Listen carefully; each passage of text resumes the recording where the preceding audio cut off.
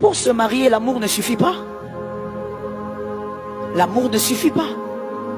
Il faut beaucoup plus que l'amour pour tenir pendant 25 ans dans un mariage. Pour tenir dans un mariage pendant plus de 28 ans, il ne faut pas dire que j'aime l'homme, j'aime la femme. Ne raconte pas n'importe quoi. Il faut plus que l'amour pour tenir dans un mariage pendant des années.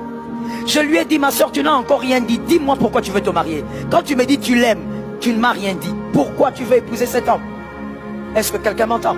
Il faudrait qu'il y ait des éléments qui feront à ce que, lorsque l'amour va sembler s'effriter, que autre chose relève l'amour. Je bénis toi qui as entendu. Il faudrait certains éléments qui feront à ce que, lorsque l'amour commence à... J'avais déjà 100 millions de francs CFA dans mon compte bancaire et j'avais pas encore 24 ans. Je peux le dire très sérieusement.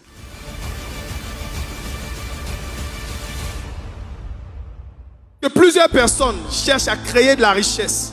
Plusieurs personnes essaient de développer des finances, mais ne savent pas que la ressource la plus importante sur cette terre, c'est le temps.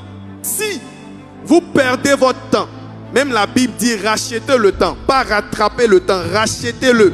Ce qui veut dire, si vous perdez le temps que vous avez aujourd'hui, vous n'allez jamais retrouver ce temps. Si tu dors 8 heures de temps, ça veut dire que tu dors un tiers de la journée. Donc si tu as 45 ans, tu as dormi combien de temps? 15 ans. Maintenant, tout homme, à un moment donné, on l'a dit aujourd'hui, la chaise sur laquelle vous êtes à combien de pieds? Quand on construit une maison, il y a combien de poteaux? Combien? 4, n'est-ce pas? Dans la Bible, quand je me rappelle bien, si je me rappelle bien, dans la Bible, quand on parle du jardin d'Éden, le jardin d'Éden était alimenté par combien de fleuves? 4 fleuves. En fait, 4, c'est l'équilibre. On est d'accord ou pas? Ça voudrait dire qu'à un moment donné, un homme ne pourrait pas vivre avec une seule source de revenus. Il devrait au moins avoir combien? Maintenant, il y en a qui ont 72 sources de revenus. Il y a un coach que peut-être vous connaissez très bien, il s'appelle Franck Nicolas. Franck Nicolas a 72 sources de revenus. Donc ça veut dire que chaque mois, il y a 72 sources d'entrée d'argent. Est-ce qu'on se comprend?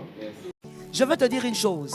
Écoute-moi avec intelligence, s'il te plaît. Pour être riche, il ne faut pas seulement beaucoup travailler. D'ailleurs, je pourrais même corriger, il ne faut pas beaucoup travailler. Il faut bien travailler. Il y a une nuance entre beaucoup et bien. Car on peut beaucoup et mal.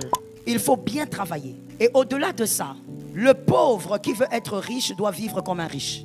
Le riche ne vit pas dans les dépenses, les riches vivent avec le minimum. Contrairement de ce que les gens pensent. Le riche ne se réveille pas à n'importe quelle heure, le riche se réveille à un temps bien fixé. Parce qu'il a des choses à faire.